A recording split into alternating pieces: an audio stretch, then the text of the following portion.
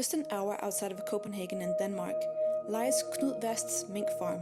Before the pandemic, there would have been 23,000 mink animals on the farm. These days, there are none. I think in a year from now we will look backwards and say, how could you do such stupid thing as has been done in Denmark? In just a few weeks, Vest had his business of more than 5 decades wiped out as the result of a government order that has since morphed into a full-blown political scandal. It started in November with a message delivered over grainy video calls. We got an information from our association that we should join a Zoom meeting, and up to nearly 1,000 farmers joined this meeting, and that was the way we learned it. A mutated version of the coronavirus, they said, was spreading through Denmark's mink population, and scientists raised concerns it could spread to humans and hamper vaccination efforts. The conclusion was clear. The entire country's population of 17 million mink had to be killed. It took a day or two before I really mentally get it in, and then I will say I get very angry. After 56 years as a farmer, producing some of the world's best mink, it was unbelievable. The cull was carried out with such haste there were reports of trucks filled with dead animals dropping dead mink on the road. They were buried in mass graves that were too shallow, resulting in some of them rising to the surface because of gas in the rotten carcasses. The past week has been quite a brutal week for mink farmers in Denmark. On TV we've seen farmers, big grown men, burst into tears to see their life's work vanish in front of them. In the midst of it all came the reveal. The government hadn't gotten the necessary legislation in place to order the killing of not just the sick mink, but the healthy mink as well. The cull was unlawful. When the Prime Minister go out public and say you have, unfortunately, to kill all mink, it's not for discussion. Normally, of course, it will be tested if there could be a doubt, but here was no doubt in the way she presented it. She did not know, how can you say, how far this reaction will come, how much it means. 6,000-7,000 people lost their life income just in a glimpse. That normally has never happened in Denmark before. Denmark's Prime Minister dismissed claims she deliberately broke the law, but later appeared in tears on Danish broadcaster TV2 after visiting a local mink farm. Det har været en fødselsladet.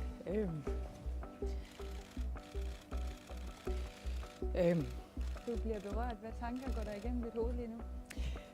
Vi har 2 generationer af rigtig, rigtig dygtige minkavlere, far og søn, som på meget, meget kort tid har fået knust deres livsværk. Og det har været følelsesladet for dem, og det er det også for mig. Meanwhile, compensation for mink farmers like Vest is still being negotiated. We have been promised, of course, full compensation for all this, but we have not seen so much as a dime yet. First of all was that if we killed the mink fast enough, we will get these 30 Danish kroner per styk, which is about $4 or $5. But we have not received anything. The law which should give the possibility to pay us is still not in function. And that shows also how panicked the government have reacted on this situation. The Danish government is also introducing legislation effectively banning mink farming throughout 2021. Copenhagen Fur, the largest auction house for furs, announced it was winding down operations after 90 years, delivering what animal rights activists said should have happened years ago.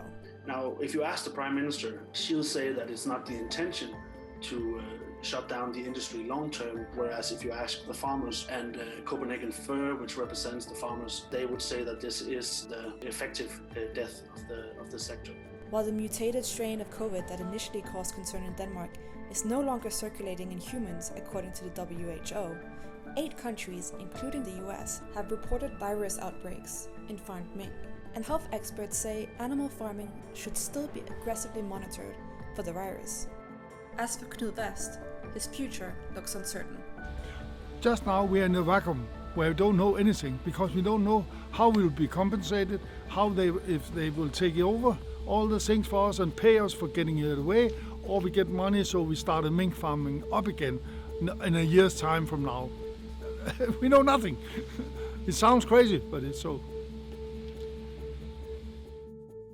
So joining us now is Professor Wim of the Wageningen University and Research Center, where he's a senior scientist.